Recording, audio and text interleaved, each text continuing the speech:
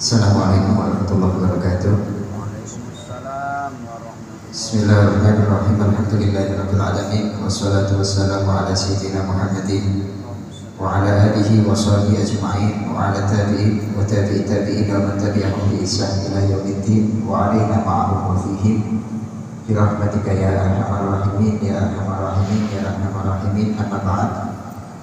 Masyaallah hadirin wal hadirat, puji syukur kepada Allah Subhanahu wa taala ingkang tasih paling kesempatan kalau panjenengan untuk terus mendekat kepadanya.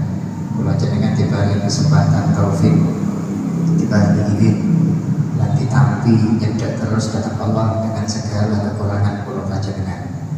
Masyaallah hadirin rahimakumullah, di antara pondasi utama atau di antara salah satu pokok terpenting nalika wonten tiyang ingkang ingin membersihkan hatinya adalah wonten sing namine tilawatul Quran, maca Quran.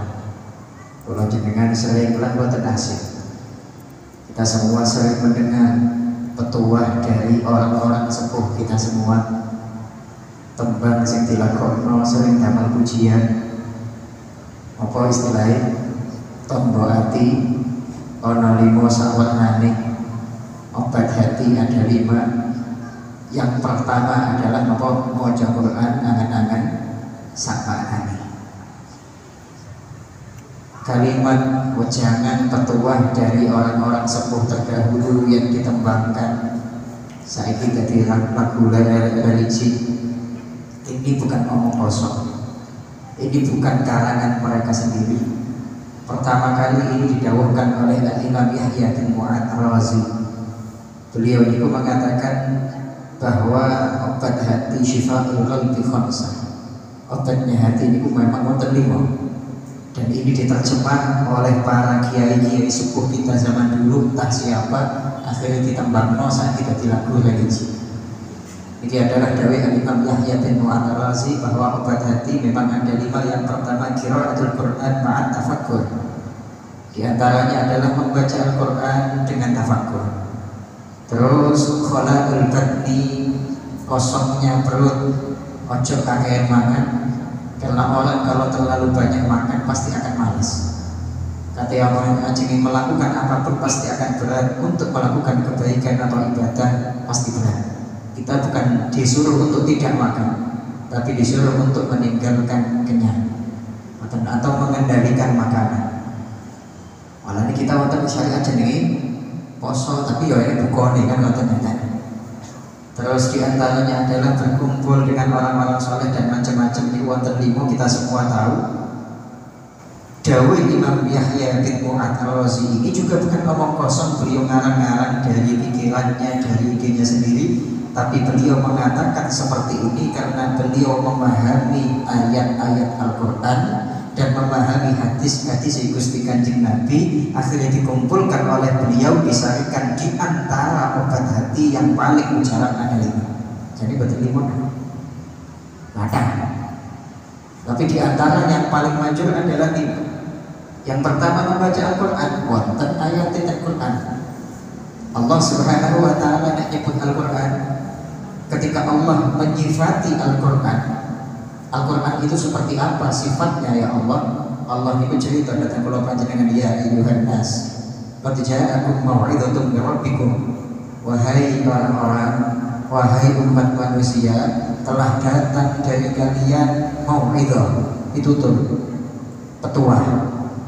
Al-Quran yang datang dariku ini adalah petuah, nasihat, wa syifaa'un lima fis sudur, dan obat dari apa yang ada di dalam hati kalian. Hatimu sing kebek penyakit, hatimu sing enek sifat sombong, hatimu sing enek sifat ujubi, hatimu yang ada hasadnya, hatimu yang dipenuhi kebencian dengan sesama saudara orang Islam. Obati wonten Al-Quran. Qad ja'akum ya ayyuhan nas qad ja'akum mau'izatun min rabbikum wa syifaa'un lima fis sudur wa hudan wa rahmatun lil mu'minin. Al-Quran ini adalah petuah, nasihat, mau'izah, wa syifaa'un lima fis sudur, obat bagi hati, wa hudan dan hidayah, wa rahmatun lil mu'minin juga rahmat bagi setiap orang mukmin. Iku Allah dhewe sing nyifati Al-Qur'an. Sing duwe Qur'an nyeritakno Al-Qur'an. Iki kaya ngoten. Moko nek enek wong gak percaya Qur'an niku obate ati, niku wong gak percaya pengiran. Kula jenengan teng pundi-pundi nek tumbas alat elektronik, tumbas laptop, tab, HP, biasanya kita akan baca buku panduan dari pabrik yang mengeluarkan alat elektronik ini. Nah, Al-Quran sendiri itu sampun wonten panduannya saking Allah bahwa Al-Quran adalah obat. Wa syifaa'un lima fis sudur. Wonten ayat itu wa nunazzilu minal Qur'ani ma huwa syifaa'un wa rahmatun lil mu'minin. Dan kami Allah menurunkan dari Al-Quran ini syifa, obat.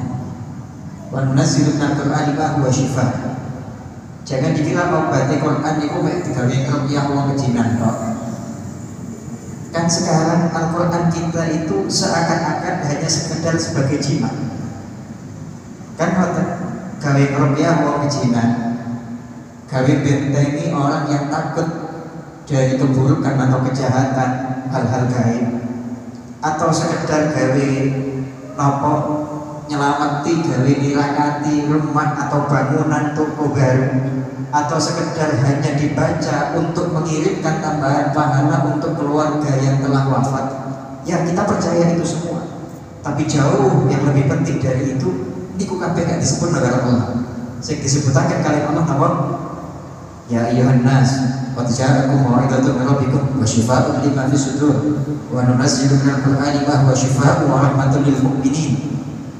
Kami Allah menurunkan Al-Quran sebagai obat bagi hati kalian. Maka penting orang yang ingin membersihkan hatinya, tasawuf itu tujuannya bersih hati. Di antara resep yang paling penting yang tidak boleh ditinggalkan adalah membaca Al-Quran.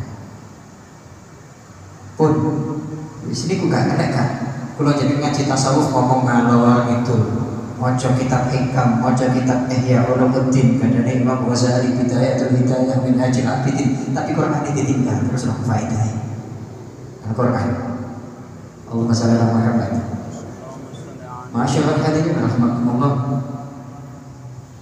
Umat Islam, kenapa sekarang kita merasa kok umat Islam yang jumlahnya segitu banyak?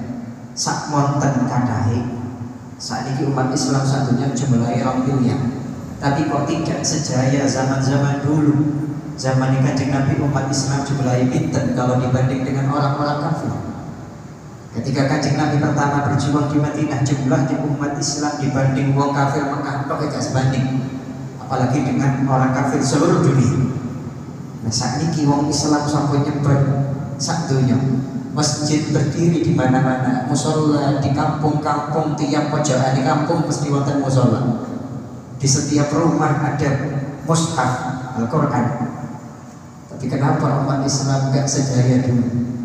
Apa kurang sekolahnya kurang dhuwur, atau sarjananya kurang kathah? Bukan itu.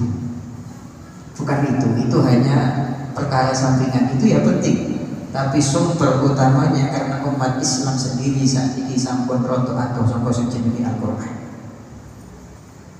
Quran kita itu kanggo kapan nek keluarga wafat tok, gawe hataman, gawe dongakno keluarga untuk nambahi pahala.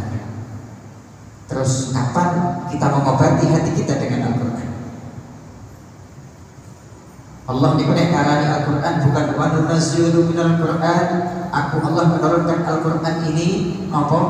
Gawe jimate omah, untuk penglaris tokomu, untuk bentengi rumahmu dari gangguan hal-hal gaib, untuk meruqyah. Walaupun kita percaya itu semua, tapi Allah yang pertama kali disebut ma huwa syifaa wa nunazzilu Qur'an ma huwa syifaa wa rahmatul lil mu'minin. Obat segala penyakit, terutama penyakit hati. Penyakit hati kula jenengan. Masyaallah hadirin, Allah ya Rabbi ya kami, kita semua tahu keutamaan Al-Quran. Gak perlu disebut dalile, gak perlu dalil, kita semua yakin. Oke, kalau jenengan sudah gak perlu didalili hadis-hadis tentang keutamaan Al-Quran, keutamaan orang yang membaca Al-Quran, tapi kenyataannya kesadaran kita untuk mengamalkan hadis itu, nanti kalau jenengan gandoli datang Al-Quran kesimpulan. Ya, ini kenyataan kita semua. Kenyataan kita semua. Walaupun kalau jenengan ya syukur, alhamdulillah orang potongan kaya kula jenengan karo Gusti Allah kok didadekno umat di Al-Qur'an. Kula jenengan iki wis wong pilihan, sak jahat-jahat, sak elek-elek, nek wis dadi umat Kanjeng Nabi, berarti kitab suci ini Al-Qur'an. Kitab suci sing paling mulia wis gak iso dikalahkan kali umat sinten mawon.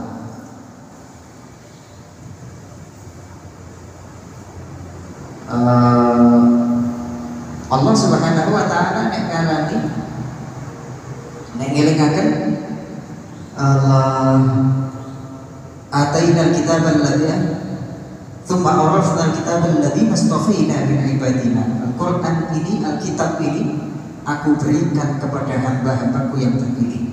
Berarti kalau jenengan dadi umat Kanjeng Nabi duwe si kitab suci sing jeneng Al-Qur'an, kalau jenengan iki wis wong pilihan. Masih wong penjahat. Tapi nek wis dadi umat Kanjeng Nabi berarti umat Al-Qur'an ini sampun pilihan. Tapi di antara orang-orang sing sampun pilihan ini Allah membagi dados 3. Faminhum dzalimun li nafsi. Yang pertama ada orang-orang zalim. Wong pilihan tapi zalim. Ya wis tak pilih. Sudah saya jadikan orang-orang istimewa karena tak kayak Al-Qur'an tapi ijik zalim. Napa? Mereka tak kayak Quran tapi Quran lagi. Yang kedua, wa minhum muqtasid, sing sedengan.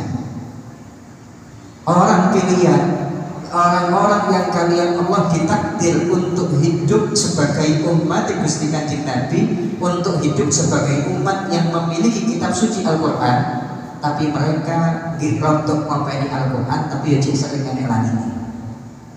Itu wong sing sedengan. Sing terakhir, sing paling sae, wa minhum sabiqum bil khairati biidznillah. Ada orang-orang yang terdepan di dalam kebaikan. Mereka di antara sekian banyak orang-orang istimewa sekali Gusti Allah dipilih dari umat Kanjeng Nabi. Ternyata mereka orang yang hidupnya obah saobai, setiap detak jantungnya, setiap hembus nafasnya selalu dikaitkan kalian Al-Qur'an. Mungkin berusaha bikum bil khairat biidznillah. Nek kula jenengan gak bisa dadi wong sing bikum bil khairat ini, minimal kula jenengan dadi wong sing tengah-tengah. Kalau usah dadi wong sing paling apik, dadi wong sing sedengan. Dadi wong sing sedengan mawon. Ya akeh lanine tapi yo kadang cilik. Mboten mawon. Oh, yo buka HP sedina 5 jam tapi buka Quran yo kuat 2 jam, 3 jam. Yo pantes. Buka HP sedina 7 jam, buka Quran 5 menit terus berkat panas iki yo. Nggih, kan nanten. Ya niku.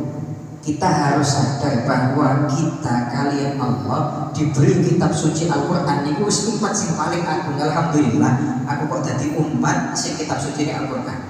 Tanpa merendahkan kitab suci yang lain karena semuanya juga wahyu, tapi yang paling top ini kitab suci ini awake dhewe. Alhamdulillah, aku kok dadi wong sing iman karo Al-Qur'an.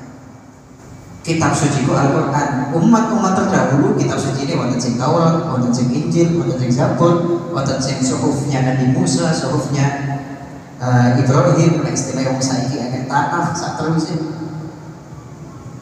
kita Al-Qur'an.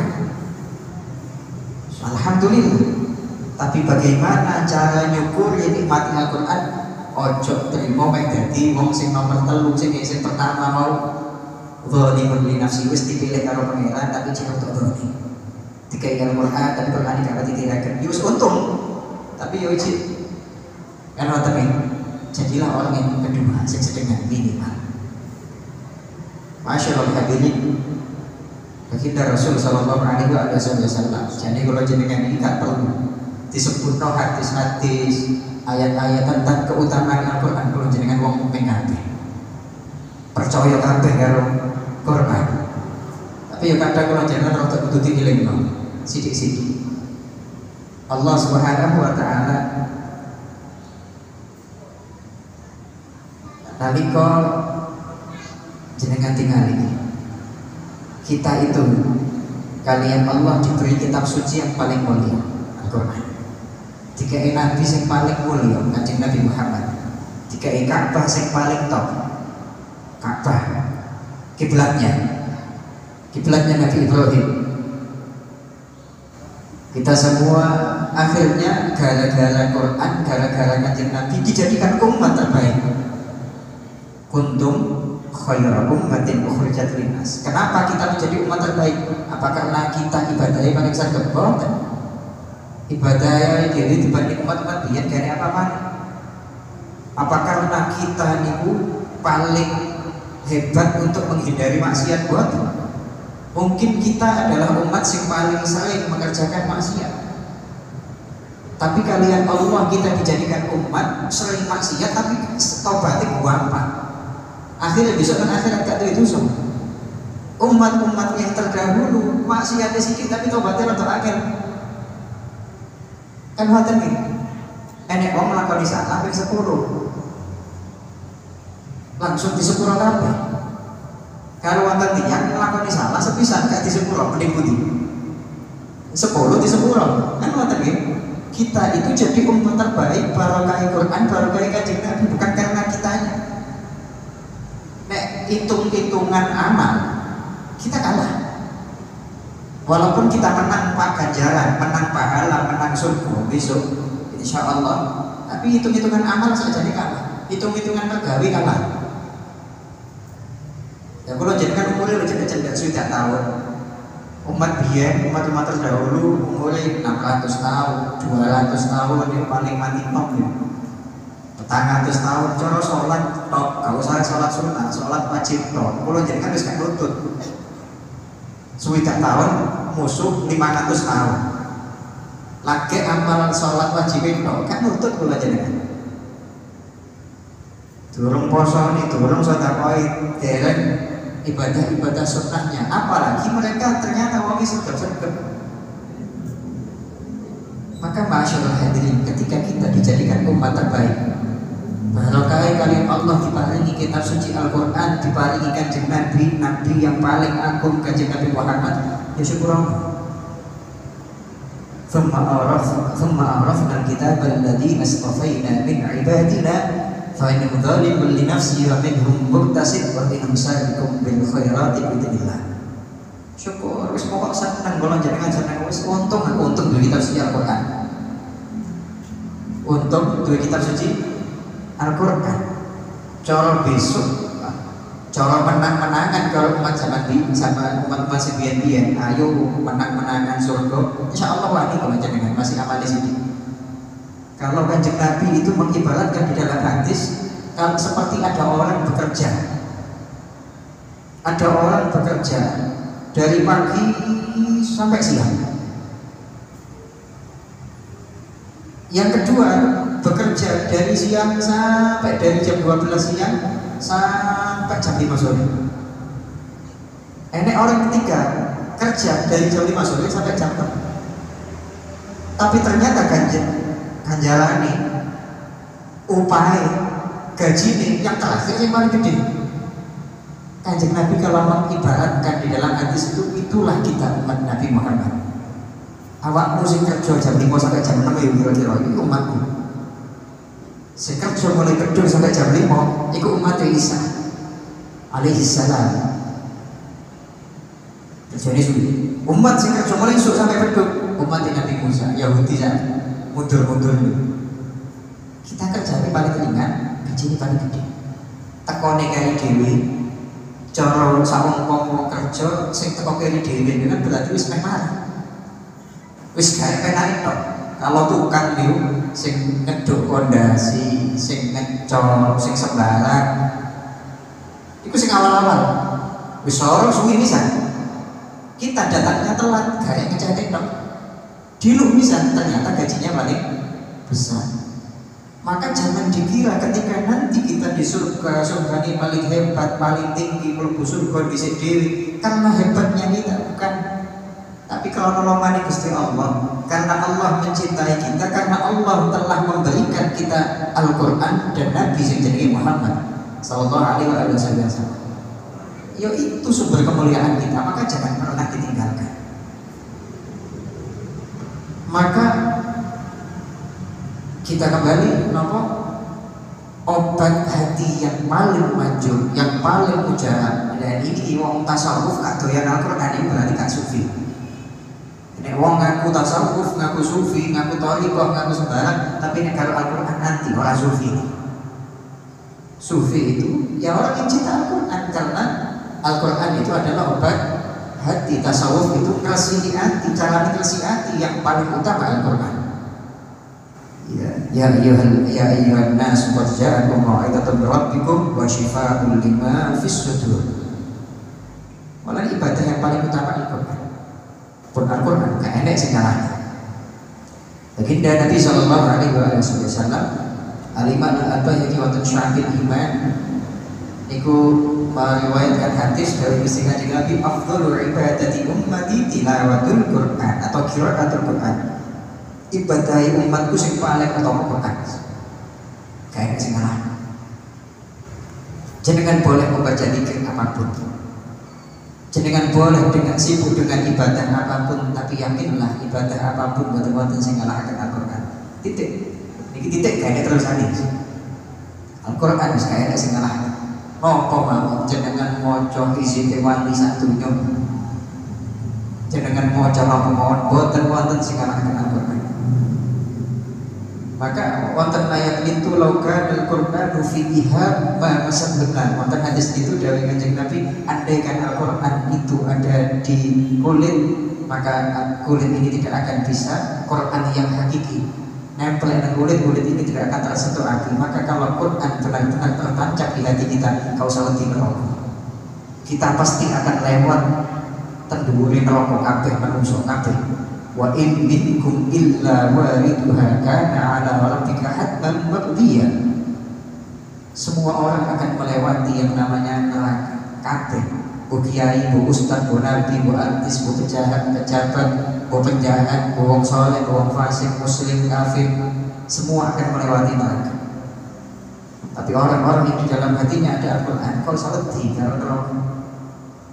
Malah ini wonten wali sing kadang ngomong, andaikan nanti saya itu melewati neraka, maka insya Allah api neraka akan padam. Itu tutup wong sing lagi sombong.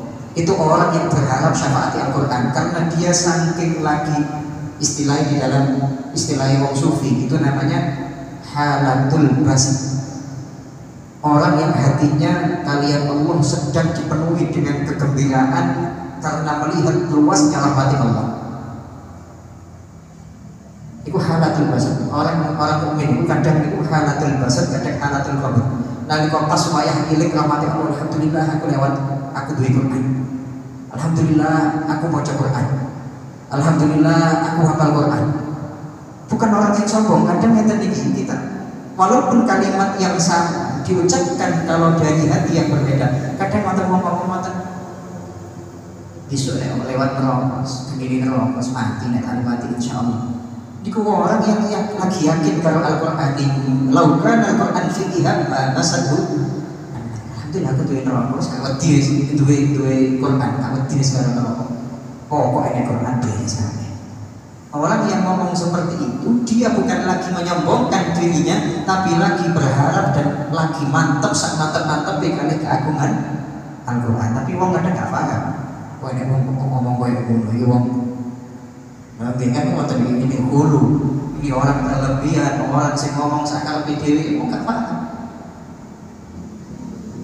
Malah ini wonten hadis itu walaupun dhaif, bahwa nanti ketika ada orang soleh lewat di atas neraka, maka neraka jahanam akan berkata, juz ya mukmin, wahai orang yang beriman, kamu cepetan lewat karena cahaya imanmu memadamkan panasnya apiku. Jadi neraka itu sahabat jadi orang mukmin. Itu orang-orang yang hatinya wonten lan kebut Qur'ani, cocok kali hadis Kanjeng Nabi riwayat Imam Darimi. Pokok Qur'an jimat paling top itu Qur'an.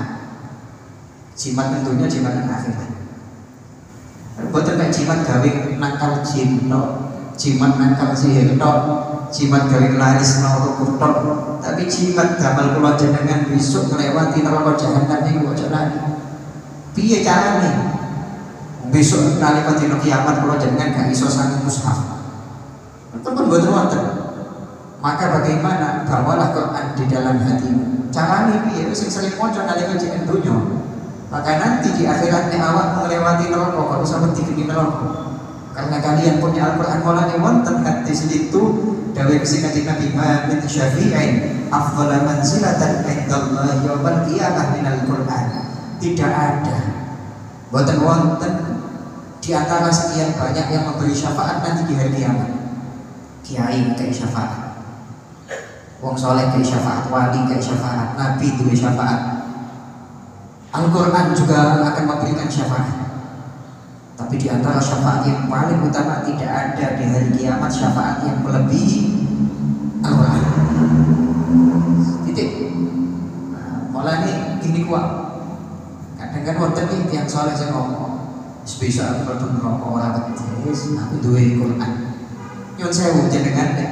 Zaman saat ini gimana? Kau usah balik zaman biyen, zaman Syekh Fulan, zaman Habib Fulan, zaman Kiai Fulan. Zaman saat ini kita jenengan delok pidato ning Islam. Kaya apa? Kapan niku nanti pidato aku besok nek akhirat kok pedhok malaikat tak debat malaikat.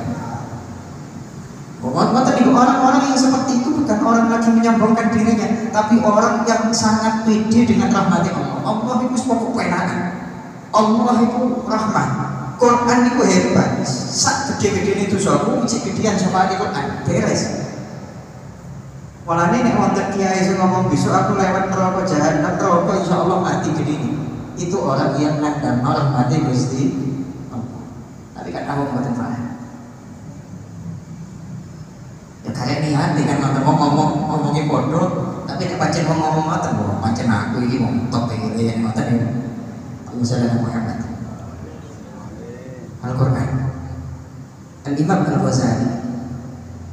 Ini kitab sing kula waca, kula beton iki wonten kitab Imam Ghazali namine Al-Arba'in fi Usuluddin. 40 pilar-pilar agama.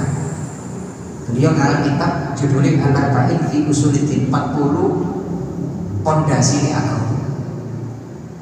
Ada 40 di dalam kitab ini. Kitab ini beliau meringkes kitab-kitab Imam Ghazali yang terdahulu. Bidayatul Hidayah, Ihya Ulumuddin, Al-I'tiqad fil Al-Iqtisad fil I'tiqad. Kitab-kitab niku, kitab sing top-top niku sing terkenal niku dilumpukno diringkes dadi setunggal dadi kitab Al-Arba'in fi Usuluddin. Beliau menjadikan di antara pilar agama yang kelima adalah membaca Al-Quran. Dari 40 pilar agama, pondasi ini agama itu ada 40, yang kelima adalah membaca Al-Quran. Beliau menerangkan, menceritakan banyak teman bagaimanakah caranya kula jenengan maca Quran agar Quran ini bisa menjadi obat bagi kita. Wonten carane. Bagaimanakah membaca Al-Quran agar Al-Quran ini yang kita baca nanti bisa memberikan syafaat pada kita. Beliau menyebutkan dan berkikir kata cara-caranya. Bagaimana kita membaca Al-Quran agar pahala dari Quran yang kita baca bisa wakeh seakeh-akeh. Wong maca Quran bareng, khataman Quran bareng. Maca Quran ini podo, waktunya sama, pahalanya enggak sama. Betul saja, tergantung ini nanti cara-cara yang disebutkan kali Imam Ghazali. Tapi masyarakat hati ini jelas. Aku saat Quran jenengan mulai. Quran ini saiki sing wis suwi disatru itu sapa? Sing wis disatru suwi Quran ini sapa? Sithik-sithik. Allah. Ya kula jenengan boleh lah. Kula jenengan ya wis wong sing dolim. Wis ngaku ae wis dolim. Tapi kula jenengan pede lah. Ya kadang-kadang ya nek eling-eling dosa ya rada wedi ngoten ya. Tapi nek wis eling-eling Quran, eling-eling Kanjeng Nabi, eling-eling rahmati Allah, pede meneh kula jenengan iki ngoten. Bainal khaufi wal raja, tapi akeh nawedeni karena kita punya Al-Quran, punya Kanjeng Nabi. Iya, kita sadar kita ini orang yang dolim, tapi yo teman-teman atau di biar dilongi sithik-sithik. Kalau Gusti Allah wis dikei Al-Qur'an, yo diopeni sithik-sithik. Diopeni sithik-sithik. Diopeni sithik-sithik. Kalau jenengan berapa kali kita mendengar nasihat dituturi Al-Qur'an, diterangno karo ulama, kalau kiai kadang nganti rada enek. Tapi kan, enek tapi nek nganti kan. Berarti kalau jenengan Al-Qur'an gak mati-mati. Padahal Allah nyebutaken Al-Qur'an ayat pertama piyambak surat Al-Baqarah, "Dzalikal kitabul la raiba fihi", tidak ada keraguan sekali di dalamnya. Iki beneran saking Gusti Allah lan isine bener, kabeh sing disampaikan adalah kebenaran yang sifatnya mutlak. Bukan kebenaran yang relatif lagi, nek wis Al-Qur'an itu kebenaran yang super mutlak.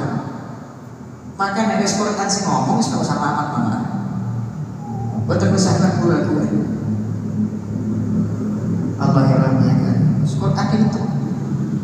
Kalau kalian pernah saya mendengar ceramah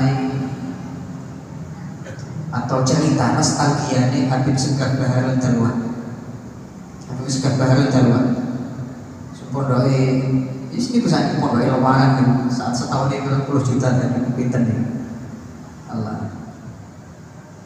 Pondok sing mewah gitu ya, orang kan beda-beda. Nek wong sing pengin pondoknya sederhana, Mahmud itu betul seneng pondoknya mewah. Ada orang yang tapi nek pondok kan saya ini sederhana kan, wong sing kota-kota kok gak situ pondok paling kan. Anake pejabat ada yang sugi-sugi gak gelem pondok.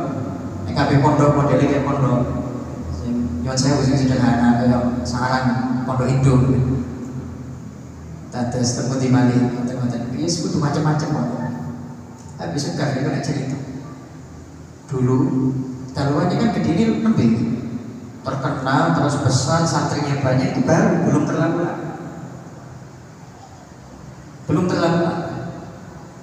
kita harus kan kalau cerita dulu sebelum ayah abah wafat itu ngomong tentang kami anak-anaknya dikumpulkan, anak-anaknya pulang saking pondok banyak sing tertarik wonten sing teng Mekah gini Sayyid Muhammad Maliki wonten sing macam-macam, anak-anaknya dikumpulkan, ayah cerita mulai bangun pondok ini bagaimana, bahwa saya bangun pondok ini sering kali saya memakai uang pribadi.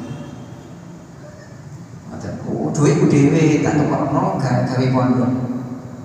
Bapakmu ini tidak meninggalkan apapun, gak ninggali harta, bukan orang kaya tapi ninggali pondok. Tapi bapak bukan khawatir karena bapak sudah merasa apa ini sudah merasa telah menunaikan kewajiban seorang ayah. Ceritanya Habib Sinten apa yang sudah Habib Hasan Baharul. Habib Hasan Baharul karena tugas seorang ayah itu, dan semua ayah bukan ayah muda, semua orang tua itu tugasnya bukan mencarikan harta yang banyak untuk anaknya, bukan meninggalkan rumah yang mewah untuk anaknya, itu tugas. Nek awak duwe ya kayak mau, tapi ini bukan kewajiban.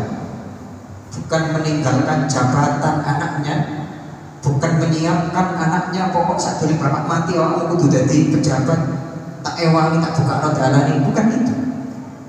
Tugas utama seorang ayah adalah menjadikan anaknya soleh. Dan saya bapakmu sudah husnudzon insyaallah awakmu kabeh tak pondok menenti insyaallah dadi wong soleh. Iku jarene abahe Habib Segaf. Karena bapakmu mantep le, ibu sing tak cekeli ayat siji tapi nek mantep, ketok barang.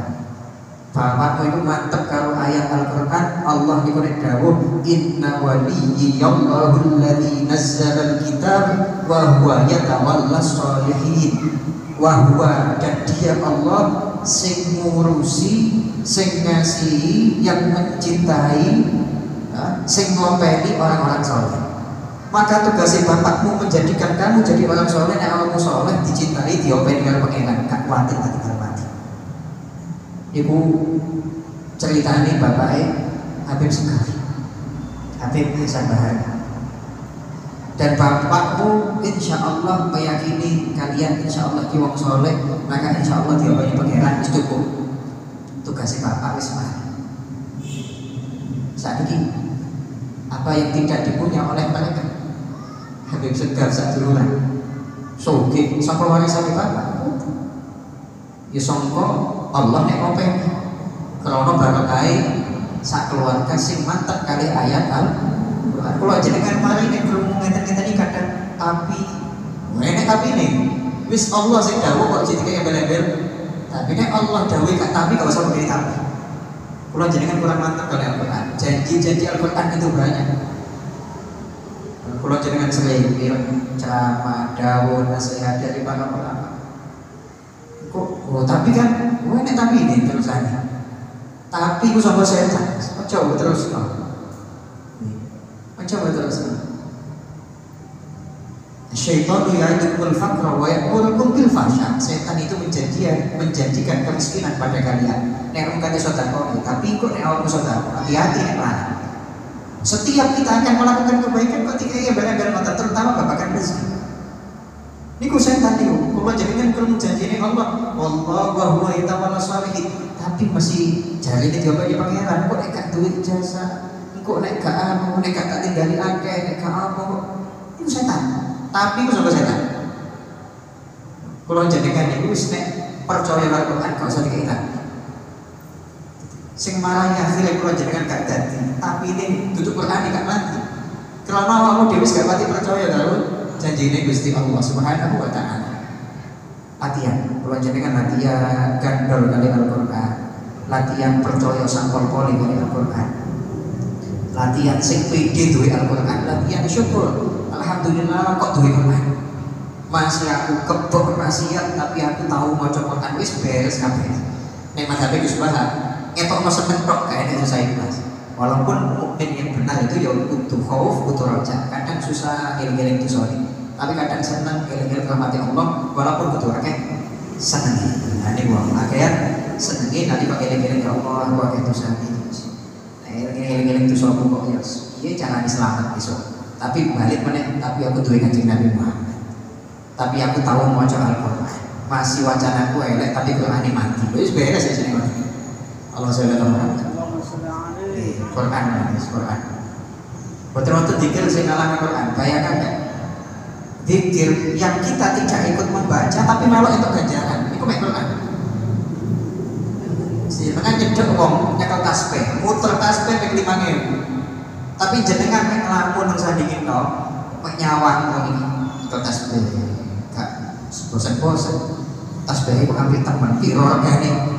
Jenengan ngoten niku nyedek wong zikir ngoten niku gak entuk napa-napa. Tapi nek jenengan nyedek tiyang maca Quran, jenengan krungu bacaan Al-Qur'an kok jenengan mengagungkan walaupun gak ikut maca. Wa idza al-Qur'an fastami'u lahu wa ansitu. Kalau Quran dibacakan dengarkanlah dan diam. La'allakum turhamun, kalian mendapatkan rahmat. La'alla itu maknanya itu mungkin saja. Tapi nek sing muni Gusti Allah dawuh para ulama itu maknanya pasti.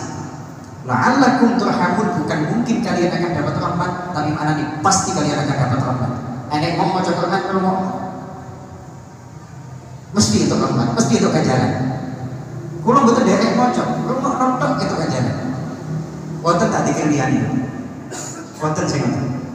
Wonten tiyang donga maca hizib wali sak donya. Jenengan penyawang sandinge itu ganjaran. Wonten. Wonten wong maca la ilaha illallah ping 500.000 jenengan lungguh nang sandinge. Ang sama wae jenengan. Jadi malaikat ini nenek wong zikir malah kelampur. Tapi kalau Al-Qur'an kula jenengan nyedhek ngrungokno tok ganjaran. Mulane dulu Gus Wi. Niku nek mendakwahkan Al-Qur'an untuk orang-orang awam. Gus Wi kan dakwah itu masuk ke orang-orang bawah. Wong awam-awam sing gak kenal agama, sing mantan penjahat, mantan preman itu sing dicedik Gus Wi. Beliau nyebarkan bahwa sebelum wonten macam-macam majelis ini, beliau buat bahwa majelis semaan Al-Qur'an. Semaan itu sami'a yasma'u sam'an. Ngrungokno. Nyimak itu apa? Mendengar. Majelis ngrungokno Al-Qur'an, bukan majelis membaca. Wis awakmu kabeh teko tok ngrungokno. Wong iki para hafid maca Al-Qur'an ngrungokno. La'allakum turhamun itu ganjaran. Wonten ta dikir sing kaya ngoten. Nek wong maca selawat jenengan sandingi. Mek meneng ngrungokno tok. Angsal ganjaran. Nek wong maca selawat Jenengan ngangkat HP tok itu ganjaran. Boten kan ya? Pahalanya bukan dari itu. Mungkin kita dapat pahala engko enek ngajine itu ilmu. Mungkin enten pahala dari hati akhirnya rasa timbul kangen, timbul rasa kangen dari datang ke Gusti Kanjeng. Tapi ngrungokno sholawat, wonten pahala ngrungokno sholawat iki. Ngrungokno sholawat iki. Maca sholawat iki. Ngrungokno sholawat. Wonten. Walaupun kalau jenengan ngrungokno qasidah, itu ya enek faedahe. Kadang orang mendengarkan qasidah ngrungokno qasidah asli jadi kan ganjaran, tapi gara-gara mendengar qasidah akhirnya hati timbul rasa rindu datang Gusti Kanjeng Nabi. Dari sini pahalanya. Tapi kan itu bukan pahala ngrungokno kan? Allah sallallahu Muhammad. Pun masyaallah hadirin pun. Insyaallah majelis ngaji kula jenengan buka sekedik-sekedik rahasia resep-resep lan trik-trik cara-cara kula jenengan bagaimana agar menjadi orang sing Quran yang kita baca ini nanti kita baca sedikit pahalanya tadi akhir. Quran ini bisa menjadi obat benar-benar bagi hati kita sing untuk penyakit zaman saat ini. Dibahasakan kepada Allah. Baik, jemaah sekalian dirahmati Allah. Ini ada dua pertanyaan, Gus. Ya. Yang pertama datangnya dari grup Mutiara Al-Quran. Masya Allah. Ya. Dari Ibu Aminah di Toko. Assalamualaikum warahmatullahi wabarakatuh. Saudara, batasan sholat qobliyah ini sampai mana? Batasan sholat qobliyah waktunya. Waktu sholat qobliyah itu dari masuk waktu sholat sama qobliyah zuhur. Kapan mulai diperbolehkan sholat qobliyah? Dimulai ada zuhur. Sampai habis waktu zuhur. Sholat qobliyah boleh dikerjakan bahkan setelah sholat zuhur. Sholat sunnah qobliyah zuhur boleh dikerjakan walaupun jenengan sambut sholat bersama jenengan dari sholat sunnah qobliyah terus ke masjid keburu qomat, maka ojo sholat qobliyah sih jamaah bisa. Nah, tapi saya belum sholat sunnah qobliyah, nanti setelah sholat zuhur jenengan bisa sholat qobliyah, bisa sholat sunnah. Jadi sholat sunnah qobliyah itu waktunya dimulai dari masuknya waktu sholat tersebut sampai habisnya waktu. Habisnya waktu walaupun jenengan baru sholat fardhu cek oleh sholat qobliyah. Kanjeng Nabi itu biasa sholat qobliyah asar dikerjakan setelah sholat asar. Padahal setelah sholat asar kan gak oleh sholat asar ini. Tapi nek sholat qobliyah asar. Nek asar kan betul-betul bagi ya. Kanjeng Nabi biasa belum sholat qobliyah asar tahu-tahu akan tahu.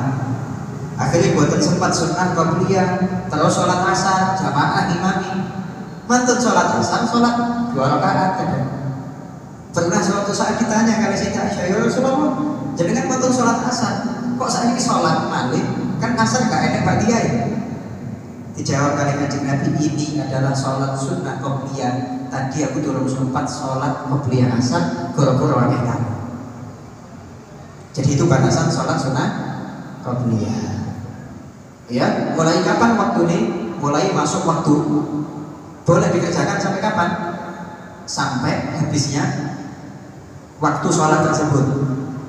Bahkan setelah sholat fardhu ini tasih angsal sholat qobliyah dan hukumnya masih ada kudu qadha. Jenengan matur sholat zuhur dereng sempat qobliyah zuhur karena keburu ketinggalan jamaah. Mantun sholat zuhur, jenengan sholat qobliyah zuhur boleh dan niatnya usolli sunnat zuhri qobliyatan atau qobliyatan zuhri, saya niat sholat sunnah qobliyah zuhur ada, bukan qadha, dan itu biasa. Berarti sebelum mengerjakan sholat ba'diyah, mau sebelum ba'diyah, setelah ba'diyah kan masalah. sholat ba'diyah nggak apa-apa. Betul teman-teman. Jadi batasannya sholat qobliyah itu nopo dari masuk waktu sholat sampai habisnya waktu sholat tersebut. walaupun dilakukan setelah sholat fardu, sholat qobliyah zuhur sakbari sholat ba'diyah sholat zuhurin. Jadi sholat zuhur mata-mata sholat ba'diyah sholat qobliyah asal ini sholat isya mata ini jenengan sing dugi telat durung sempat sholat qobliyah isya, ternyata datang sudah imam sudah berada di mihrab, kalau jamaah gak usah sholat qobliyah isya, mantul sholat isya jenengan sholat qobliyah isya boleh dan hukumnya ada, bukan kodok. Satu dari Bani Fathur Rahman di Gunung Banji. Saya itu membaca Al-Quran tapi tertatih-tatih belum fasih. Apa saya juga nanti akan mendapatkan syafaat Al-Quran? Mendapat membaca Al-Quran dengan kesulitan buatan fasih, apa dapat syafaat angsa? Selama jenengan berusaha untuk membaca Al-Quran buatan wong fasih tapi disalah-salah buatan, tapi memang dia bisanya seperti itu. Ya wis, lisan saya memang seperti ini, memang aku duduk lisan-lisan Arab orang-orang kuno zaman biyen kan itu nih loh, wonten lari-lari sing memang, dan itu kadang memang wonten sing memang bawaan pulau mau pengen ngapalkan Quran mulai titik. Ada orang yang memang bentuk lisan, bentuk gigi, bentuk bibirnya sendiri ini memang nek digawe maca Quran mangel. Gawe nepakno makhraj dan itu bawaan. Ada orang yang memang seperti itu, ada orang yang memang belajar Al-Quran sampun sepuh, baca Al-Quran boten lancar, boten apa.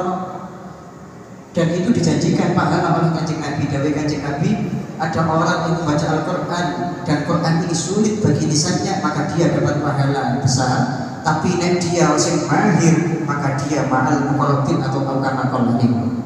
Ya tetep hebatan ganjarane sing wonge wapi bacaane, tapi boten apa. Beda nek enek wong pancen maca Quran disalah-salah utawa punya kesempatan belajar gak gelem belajar. Pun Allah nantikan monggo kita tutup kanthi waca Fatihah. Muga-muga kula jenengan ditambahi istighfar kali Allah dalam keadaan terbaik. Muga-muga kula jenengan pikantuk barokah Al-Qur'an lan muga-muga kula jenengan tiyang sing kaliyan Allah diparingi keselamatan nalika wonten yaumil akhir, nalika kula jenengan melewati neraka jahanam. Semoga cahaya Quran yang ada di dalam hati kita bisa memadamkan murkani Allah Subhanahu wa taala yang ditembulkan keburukan kula panjenengan. Ala hadiniyah wa ala ma'ala masyikhuna wa rijalu asabidina wa jami sadatina ali ba'lami wa ulama wa sunai awliya ihdibadah wa awliya al-tis'ah ila hadirin Nabi Muhammad sallallahu alaihi wasallam. Al-Fatihah.